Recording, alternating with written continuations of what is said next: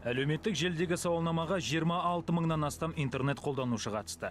Смартфоннан бас тарта аласыз ба деген сұрағымызға респонденттердің 41%, я десе 59% жоқ деп жауап берген. Мне однажды удалось побывать на одном тренинге. Былтыр Ақтөбе қаласының жастар арасында зерттеу жүргіздік. Смартфонға қанша уақытыңызды жұмсайсыз деген сауалнамаға 100-ден астам жас өспірім қатысты. Анықталғандай, олар гаджетке тәулігіне орта есеппен 10-12 сағатын арнайды екен. Респонденттердің едәуір бөлігі бұл әдетін бір мезетте бірнеше адаммен әңгімелесуге болады деп түсіндіреді.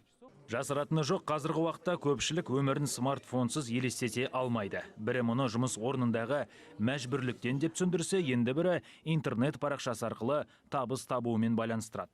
Журналист Ернат Мэлсұлы бос уақытында смартфон қолданбайды. Айтуынша жұмыс кезінде 20 минут сайын үзіліс жасап отырады.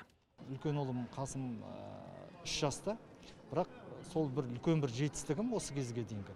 Ұлым телефонды қарамайды. Ол сотканы тоқа деп айтады. Тоқаны қарауға болмайды деп өзі айтады. Тіл шыққан бала ғой. Мысалы, үйге қонақтар келсе, немесе біз қонаққа барсақ, бір ортаға барсақ, басқа балалар қарайды ғой. Сол кезде ана балалардың соңынан қуып жүреді. Тоқаны ұстауға болмайды деп ше.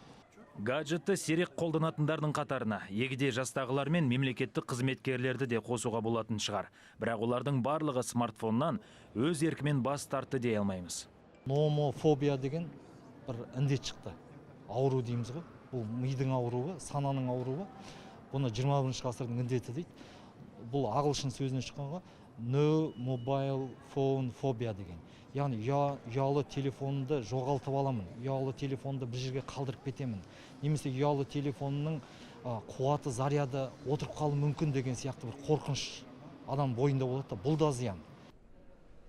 Ернат айтқан 21 ғасыр қорқыныштарының қатарына монитор фобиясында жатқызуға болады.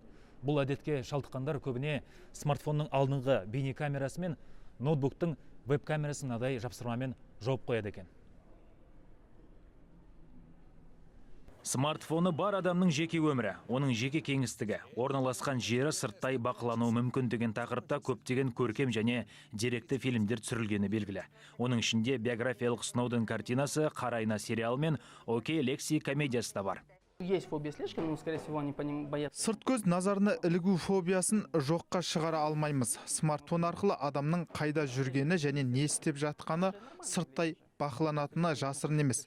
Бұл қалыпты жағдай дер едім. Бірақ бұны білгендер жаппай телефоннан бас тартып жатыр деп айта алмаймын. Әркім өзінше қорғанады. Психологтың сөзіне сенсек, смартфонға деген тәуелділік бейжайлық пен бейқамдыққа алып келеді. Яғни адамның қуанышты немесе жаға ұстатарлық жаңалыққа қатысты эмоциясы бір қалыпты болады. Осыған байланысты болашақта ақпараттық диетолог деген жаңа мамандықта пайда болуы мүмкін. Мейірлан Алтынбек, Ербол Дайыров, Нұрғали Мамурбаев, Марат Диханбаев, Хабар 24, Елорда.